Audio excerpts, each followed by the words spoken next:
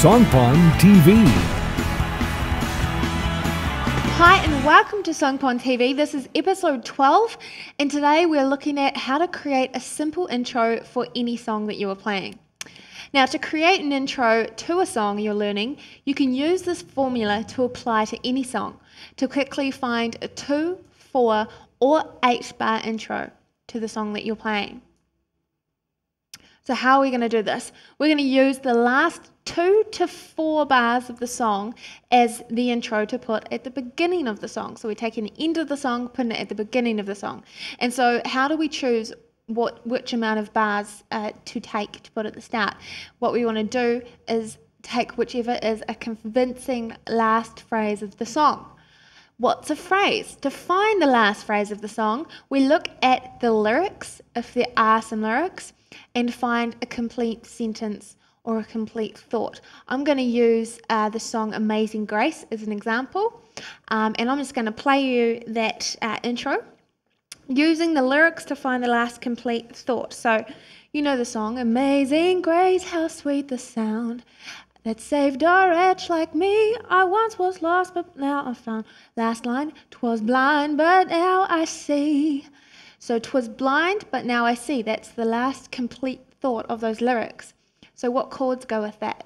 So I'm just going to play that last phrase and then come in to the start of the song. So I'm going to play that intro using that 'twas blind, but now I see, that last sentence.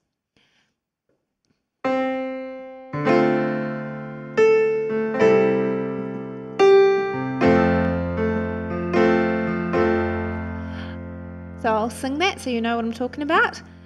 'Twas blind, but now I see.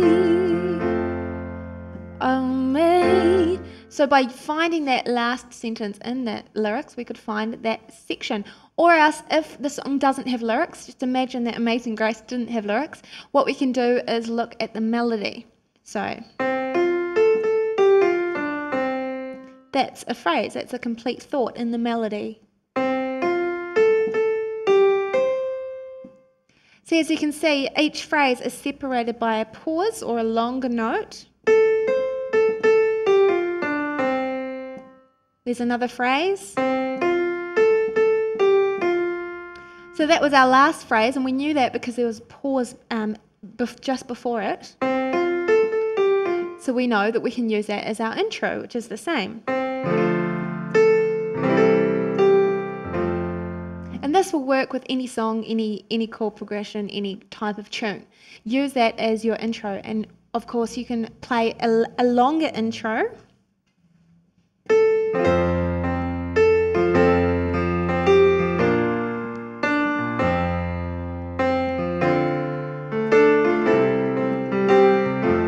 So I've gone a bit further back from that last phrase. I've actually played the last 2 phrases, but that works as well.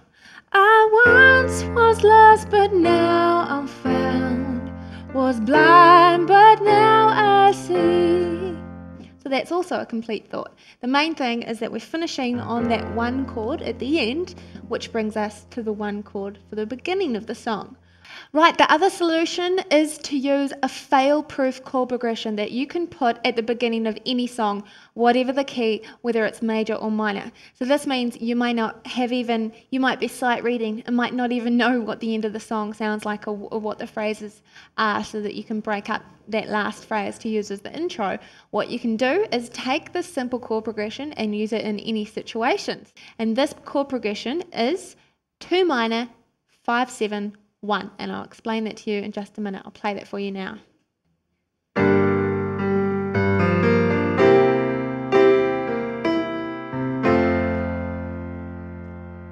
I'll do that again and I'll come in with the singing.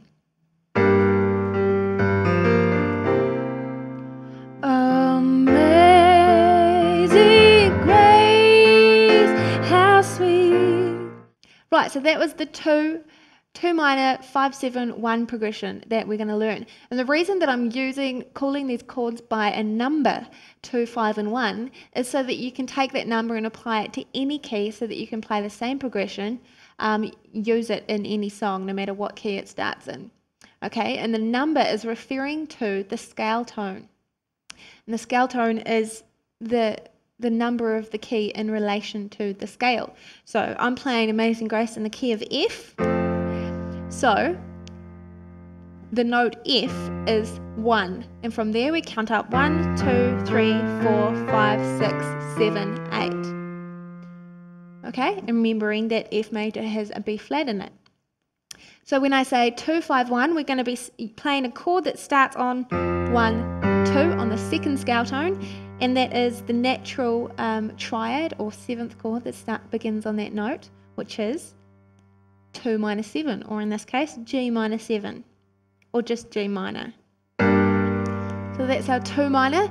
Then we're going to play the 5, 7, so we go up to the 5th scale tone. So we're on 2, 3, 4, 5. Then we're going to play a dominant chord. That's what 5, 7. When there's a 7 right beside the chord, it means it's a dominant chord. And this means we're playing a major triad with that. I'll play that with one hand. Major triad with the minor 7th on top. That's our dominant. Okay, and that's built on the 5th note of the scale. So that's our 5, 7. So we've gone 2 minor, 5, 7, and then we go to 1. So that's the progression. What we can do now is add this. We can add the 7th to our 2 minor, which is that F there.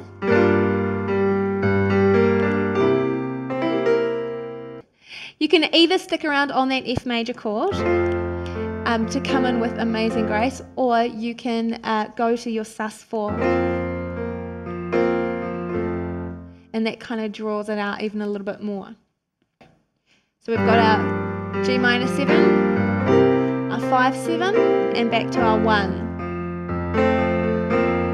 Sus4, Amazing Grace.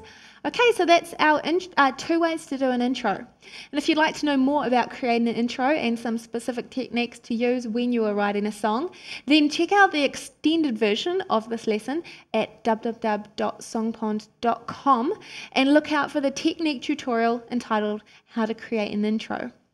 Thanks for watching this video. I do hope you've enjoyed it and taken something from it. If you have gotten anything out of this lesson, then you need to make sure that the next episode is going to be just as good and just as helpful for you. We only teach what you want to learn. So please share your opinion with us of what you would like to learn on the piano by going to www.songpond.tv, clicking on the Have Your Say link, and tell us what you want to see in the upcoming episodes of Songpond TV. That's all for now. I'll see you in the next one. Ka kite anō. SPTV, proudly brought to you by songpond.com, where you learn to play your favorite songs.